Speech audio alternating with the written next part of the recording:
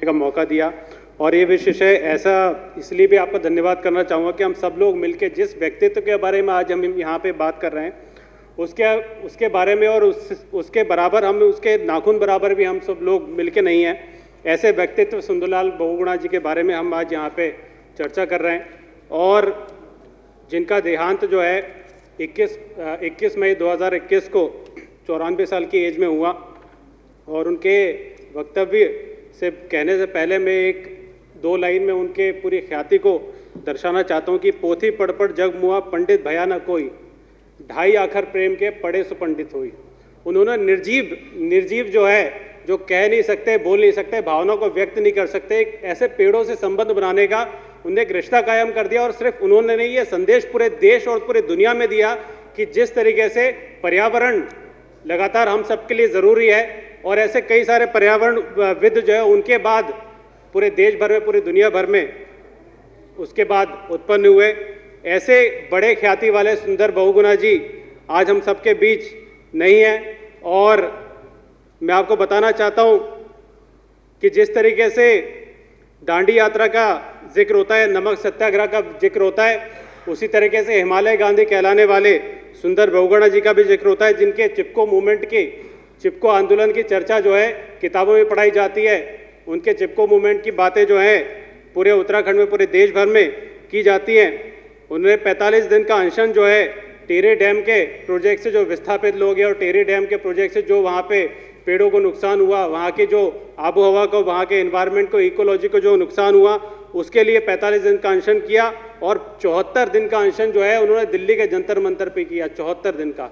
हम लोग अगर 2 दिन में भी भूखे रह जाएं तो हमें नानी याद आ जाएगी, लेकिन 74 दिन का अनशन जो है सुंदरलाल बहुगुणा जी ने जंतर मंतर पर किया है। बहुत बड़ी बात है। उसके अलावा आप सबके संज्ञान में एक चीज़ डालना चाहता हूँ कि 5000 किलोमीटर की पदयात्रा जो है उन्होंने श्रीनगर से लेके नागालैंड तक पहाड़ों में 100 मीटर चलना भी हम जैसे युवाओं की, हम जैसे हेल्दी लोगों की हालत खराब हो जाती है 100 मीटर चलने में पहाड़ों में।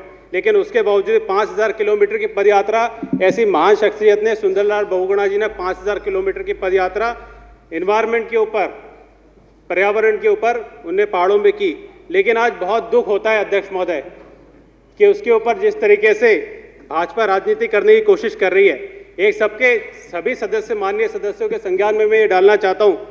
और बहुत गर्व की बात है कि कुछ दिन पहले हमारे विधानसभा में कार्यक्रम हुआ, जिस कार्यक्रम में यहाँ पर सुंदरलाल बहुगुणा जी का पोर्ट्रेट जो है माननीय अध्यक्ष महोदय जी की उपस्थिति में और मुख्यमंत्री अरविंद केजरीवाल जी के नेतृत्व में विधानसभा में लगाए गए और पूरे देश भर की पहली विधानसभा बनी जिसमें सुंदरलाल बहुगुणा जी जैसे व्यक्तित्व का पोर्ट्रेट जो है इस विधानसभा में लगा। और ये राजीव जी जो उनके पिछले कार्यक्रम में, राजीव जी जो उनके बेटे थे, वो इस कार्यक्रम में आए और यहाँ पे उन्होंने बात रखी, उन्होंने इस चीज़ को रिलेट किया कि ये विचार जो है, पोर्ट्रेट लगाने का विचार मुख्यमंत्री अरविंद केजरीवाल उनकी सरकार के दिमाग में क्यों आया। क्योंकि उन्होंने बताया कि जिस तरीके बहुगुणा जी आंदोलनकारी हैं, जिस तरीके से बहुगुणा जी ने अपना संपूर्ण जीवन आंदोलन में दे दिया, उसी तरीके से मुख्यमंत्री अरविंद केजरीवाल भी आंदोलनकारी है और एक आंदोलनकारी ही आंदोलनकारी की भावना समझ सकता है। ये मेरे वर्ड नहीं है, ये उनके वर्ड हैं। आपने भी सुना होगा, ये उनके वर्ड हैं। और बाद में राजीव जी ने कहा कि जिस तरीके से आप सब लोग उत्तराखंड में तैयारी कर रहे हैं और असलियत में सुंदरलाल बहुगुणा जी का सपनों का उत्तराखंड अगर कोई बना सकता है तो अरविंद केजरीवाल जी के नेतृत्व में आम आदमी पार्टी बना सकती है। ये बात उन्होंने कही। और अध्यक्ष महोदय,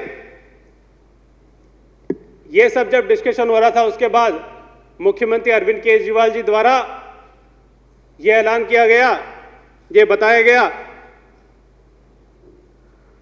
कि जिस तरीके से भारत रत्न तमाम कई सालों से मिलता आ रहा है, उस भारत रत्न में उसकी ख्याति बढ़ाने के लिए सुंदरलाल बहुगुणा जी को भी भारत रत्न मिलना चाहिए।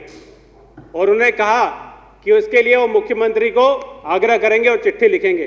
बस ये बात सुनते ही भाजपा के सीने पे सांप लौट गए। आप ये समझ लीजिए, भाजपा को 1000 वोल्ट का करंट लगा।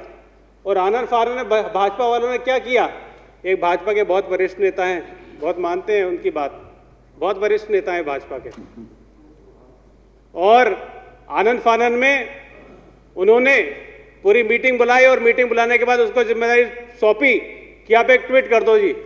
उस ट्वीट में क्या लिखा था कि सुंदरलाल बहुगुणा जी को भारत रत्न देना रेवड़ी बांटने के समान है। क्या ये मानसिकता है? ये मानसिकता है भाजपा वालों की। ये आंदोलनकारियों को पसंद नहीं करते, ये आंदोलनकारियों को लगातार नीचे दिखाने की कोशिश करते हैं। और ये अपमान सिर्फ बहुगुणा जी का नहीं है, पूरा उत्तराखंड के लोगों का अपमान है। पूरे पहाड़ के रहने वाले, उत्तराखंड में रहने वाले, ईमानदारी से जिस तरीके से उत्तराखंड में जल जंगल जमीन की लड़ाई लड़ने वाले उन सारे उत्तराखंड के लोगों का, उन आंदोलनकारियों का अपमान है। और ये सारी कार्रवाई करने के बाद आनंद फानन में इन्हें एक ट्वीट किया। उसके बाद जिस तरीके से ये लगातार आंदोलनकारियों को दबाने की कोशिश करते हैं, पहले उन्होंने हमारे किसान जो बैठे हुए हैं, लगातार भाजपा की आदत है कोई भी मुद्दा उठे तो उसे क्रश करने की। उन्होंने जिस तरीके से किसान का आंदोलन उठा उसको उन्होंने इसी तरीके से क्रश कर दिया आनंद फानन में।